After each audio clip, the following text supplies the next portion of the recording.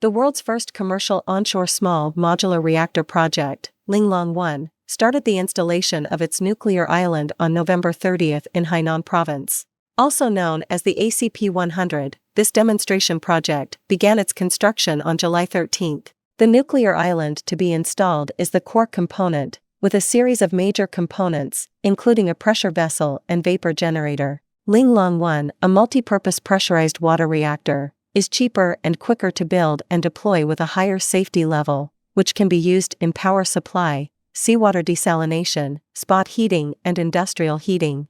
Each SMR unit using the Linglong 1 design has a power of 125,000 kilowatts, while the project is expected to hit 1 billion kilowatt-hours as its annual energy output after 58 months of construction. It is the first SMR approved by the International Atomic Energy Agency in 2016.